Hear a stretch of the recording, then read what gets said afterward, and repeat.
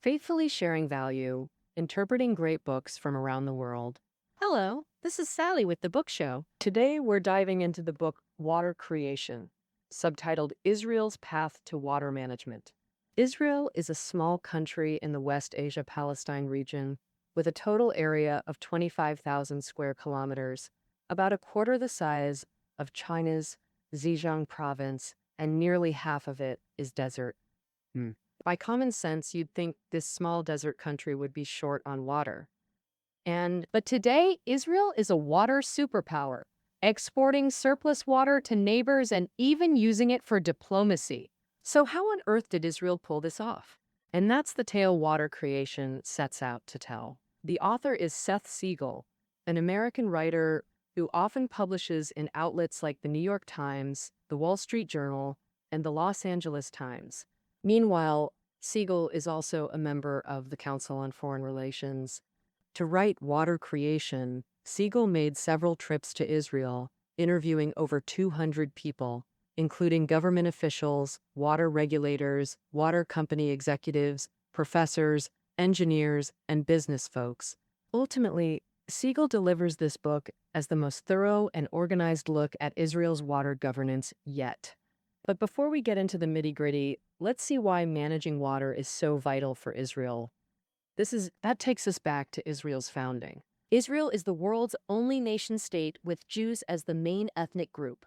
And the Jews didn't get this country easily. Israeli ancestors once lived in West Asia and along the Mediterranean coast, and at one point built a powerful kingdom in what's now Jerusalem. But after a devastating loss to the Neo-Babylonian Empire, they lost their homeland and began a 2-millennium-long exile. What's it like for a people to be without their own nation? Honestly, this might be tough for Chinese folks to grasp. For Jews, it meant being uprooted and feeling out of place. It meant facing constant discrimination and occasional massacres in a foreign society. So, Jews longed to create their own nation, returning to their ancestral land to do so. From the late 19th century, Jews scattered across Central Europe started the Zionist movement, calling on Jews worldwide to return to their ancestral land in Palestine and build their own nation. Now, over the next half-century, Jews launched wave after wave of returns. But their Zionist movement faced resistance because, simply put, the land they wanted for their state wasn't empty, it was packed with Palestinians. Well, if all you Jews come, what about us Palestinians then? But actually, the real roadblock to the Zionist movement back then wasn't the Palestinians, it was the British. Because Palestine was occupied and controlled by Britain at the time. Starting in 1936, Britain dealt with a 3-year-long Arab revolt in the area. And the surface reason for all that unrest and killing was the growing number of Jewish immigrants. So the British figured if too many Jews came back, Palestine would cause big headaches for their rule. In 1939, Britain issued the White Paper on Palestine, capping Jewish immigration at 75,000 over 5 years, just 15,000 a year. Why? The main reason Britain gave was the local water shortage. The White Paper said, cause of water scarcity, Palestine couldn't handle over 2 million people, and there were already more than 800,000 Palestinians and 150,000 Jews. With natural population growth, in about a generation, the numbers would hit the limit, so there wasn't room for many more Jews. But by then, Zionism wasn't some glorious dream for Jews. It was a desperate need to survive. Because in Europe at that time, persecution of Jews was getting worse. Jews wanted a safe haven more than ever before. So, since you British say Jews can't go back to Palestine mainly because of water issues, all right then, we Jews are going to prove to you there's enough water. In other words, water is key to Israel's very founding. Jews wanted to prove the British economists' calculations on available water were wrong, and they needed to show Palestine could support millions more than Britain's 2 million cap. And in the end, the Jews succeeded. In 1947, Britain decided to end its trusteeship over Palestine and the United Nations ruled to establish two sovereign states in Palestine. Israel declared its founding, and today nearly 9 million Jews live there. Not only has the country beautifully solved its water issues, but it's also become a powerhouse in water management, and water management is on average. Oh, why? So how did Israel pull this off? We'll explore Israel's most important water management strategies through three parts. These three parts are national mobilization, technological innovation, and heroic figures. First, let's look at Israel's most crucial water management approach, national mobilization. As we said earlier, water is fundamental to Israel's founding. So Israel uses the entire nation's strength to manage water. So where is this national effort actually seen? Let's start by understanding Israel's National Water Carrier Project. This project began in the 1950s with the goal of creating an underground pipeline spanning Israel's territory. It transports water from the Yarkon River northeast of Tel Aviv to every corner of the country. You might think that for such a small country, building a water pipeline can't be that tough, right? But keep in mind, although Israel's land area is small, it has diverse climates, varied terrain, including mountains, plateaus, deserts, and even the Dead Sea. Therefore, Israel's national water pipeline needs not just general durability, but also guaranteed smooth operation across all climates and altitudes. To build this project, laying pipes, pumps, and valves, large-scale excavation affected almost every region of Israel. Meanwhile, during the national water carrier's construction, Israel's parliament passed three water-related laws. The first law, passed in 1955, prohibited citizens from digging for water anywhere in the country.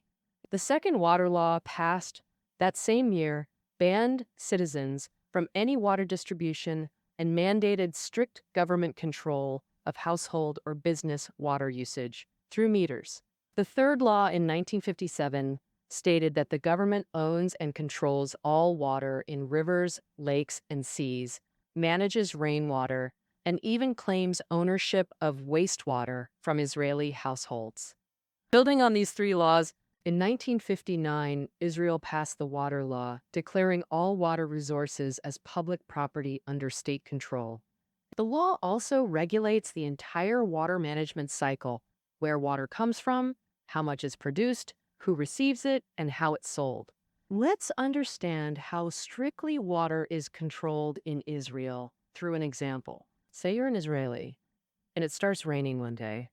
You put a bucket on your roof, and rainwater collects in it. In this case, you own your house and the bucket, but the rainwater inside, that's not yours. It belongs to the state.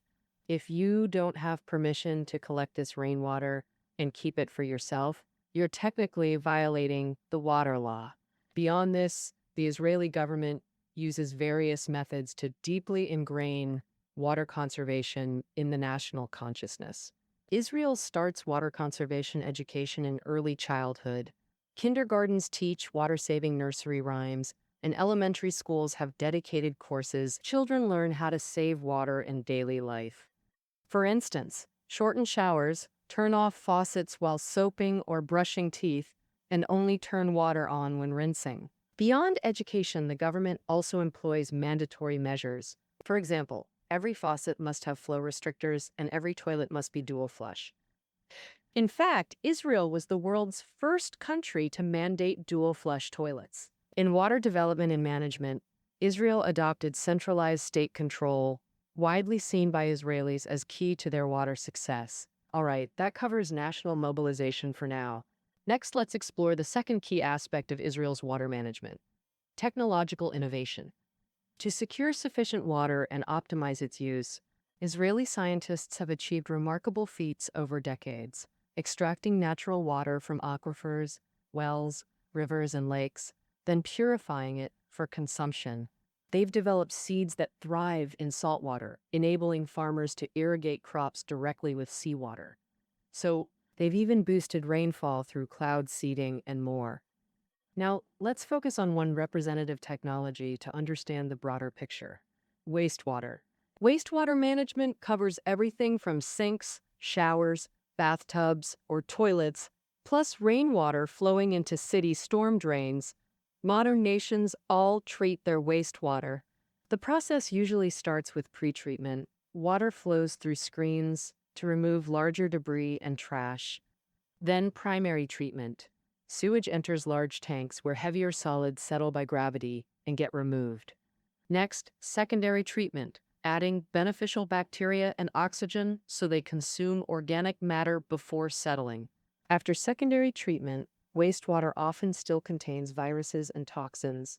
Wealthier places add disinfection with chlorine or UV light. Others skip this step.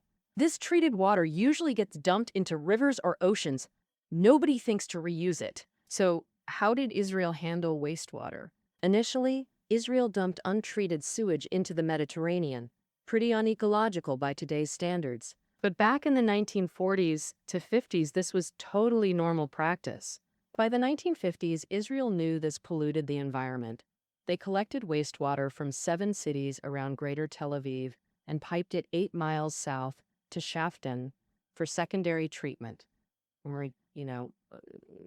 Then Israeli experts wondered, could this secondary treated water get even cleaner? Like, could fine sand above aquifers act as natural filters? After repeated tests, they discovered, thrilled, that sandy aquifers could purify wastewater further. Over 6 to 12 months, water percolating through sand into aquifers became exceptionally pure, all impurities removed. They called this reclaimed water. Not drinkable, but perfect for crop irrigation. Clean enough, yeah. So Israel built a pipeline from Shafdan Reservoir to Negev Desert Farms.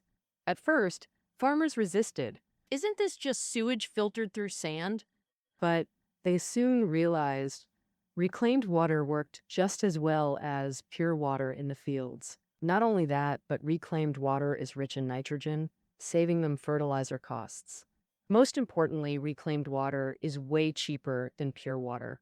So Israeli farmers not only accepted it, but actively wanted more reclaimed water to use. Today in Israel, reclaimed water forms a parallel system to pure water, 85% for irrigation, the rest for municipal projects and fighting forest fires. In this water-scarce country with a growing population, reclaimed water effectively eases resource pressure. There are many such wastewater innovations in Israel. Technological breakthroughs ensure reliable, energy-efficient water systems. In fact, nearly any new tech in Israel ends up relating to water somehow. For example, in Ra'anana, near Tel Aviv, an IBM Mekarot joint venture created remote water meter reading tech. This tech gives your meter calling capability, reporting usage every 4 hours. Plus, the system uses logic analysis to detect leaks. Similar to how banks spot credit card fraud, if suspicious water activity occurs at homes or farms, the system alerts for immediate action. Impressive, right? Israel's water management is dead serious. After national mobilization and tech innovation, let's meet the heroes. Israel's water journey reads like an epic, filled with heroes. In fact, many Zionist leaders were water heroes, like Chaim Weizmann. He chaired the World Zionist Organization from 1921 and became Israel's first president in 1948. And now, he was also a world-class chemist. In 1934, Weizmann founded the Scientific Institute in Rehovot, south of Tel Aviv. From day one, it had teams researching water solutions. David Ben-Gurion, Israel's founding father, especially valued desalination tech. His diary contained many entries about the scientific prospects and societal impacts of seawater desalination. And Ben-Gurion believed large-scale desalination of Mediterranean water could create a water-independent Jewish state. Incidentally, today's Israel actually achieved this technology, producing nearly 500 million gallons of fresh water daily, turning Zionist dreams into functioning desalination plants.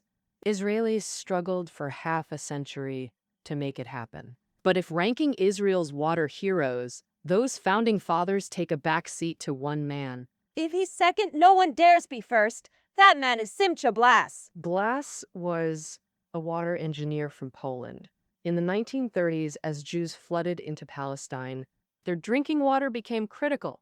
Blas searched the Western Highlands and finally found water sources in the Jezreel Valley. This solved their urgent water crisis.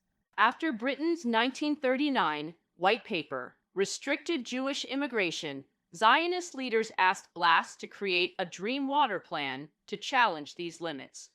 So Blas devised a three-phase plan. First, find water sources in the Negev Desert. Second, pump water from the Yukon River northeast of Tel Aviv to the Negev. Third, build a nationwide underground pipeline. This evolved into Israel's master water plan. In 1946, Blas found water under the Negev through deep drilling, completing Phase 1. In 1955, the Yarkon to Negev pipeline construction began, successfully finishing Phase 2. Soon after, Phase 3, Israel's national water carrier, officially launched.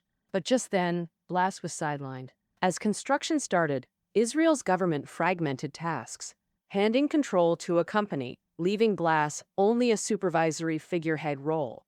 Blas was furious. He felt he deserved better for his hard work and shouldn't be treated like this. So he resigned and went home, waiting for a call to apologize and invite him back. But that call never came. While Israel's national water carrier was being built in full swing, Blas became an ordinary citizen, only tracking water progress through daily newspapers. Yet, down but not out, Blas remained a hero. At home idle, he suddenly remembered an idea he had 25 years ago. That was in 1934, when Blas was still a young man. While supervising well digging on a farm, he noticed something odd. One tree in a row planted along a fence grew unusually tall. Blas knew they were all the same type and planted together. And so why did one grow so much better? Blas circled the tree and found a metal irrigation pipe near its roots with a tiny crack. Blas suspected that because water dripped directly to the roots, that tree grew so tall. But at the time, Blas had other things to do, so he didn't test that sudden idea. Over 20 years later, stuck at home with nothing to do, he suddenly recalled that little drop that nourished the tree and decided to investigate. Was it just a fluke, or did it signal a whole new irrigation method?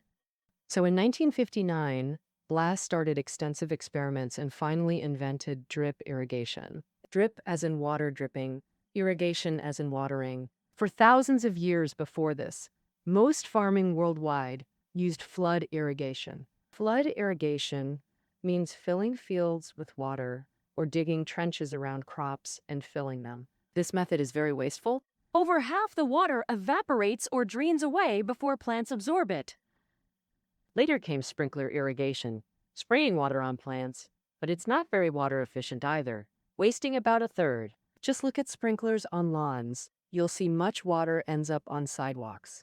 Blas's drip irrigation is like someone holding a dropper beside plants, targeting roots with drop-by-drop precision. This method saves tremendous water. Only about 4% gets wasted. Thanks to drip tech, Israel saves 70% of irrigation water. Not only that, drip irrigation hugely boosts crop yield and quality. Scientists explain that flooding plants with water starves roots of oxygen and stresses them, but measured water supply to roots enables steady growth and optimal harvest. Drip tech not only conserved water, but transformed Israel into an agricultural exporter. Today, over 75% of Israel's crops use drip irrigation, exporting billions in tomatoes, peppers, watermelons, and more to neighbors. Yet Blas never enjoyed this glory. In the early 1960s, when presenting drip tech to Hebrew University ag experts, they mocked him for lacking advanced degrees. He pitched it 10 times for market adoption, rejected every time. Helpless, he sold the patent to a company that achieved breakthroughs, all while Blas got nothing. Thus, Israel's greatest water hero met a Greek tragedy ending.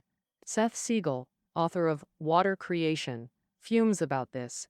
He wrote, "In a fairer world, Simcha Blas would be a household name in Israel and globally celebrated. No way. City squares would bear his name, with academic conferences exploring his role in reshaping Israel's water destiny.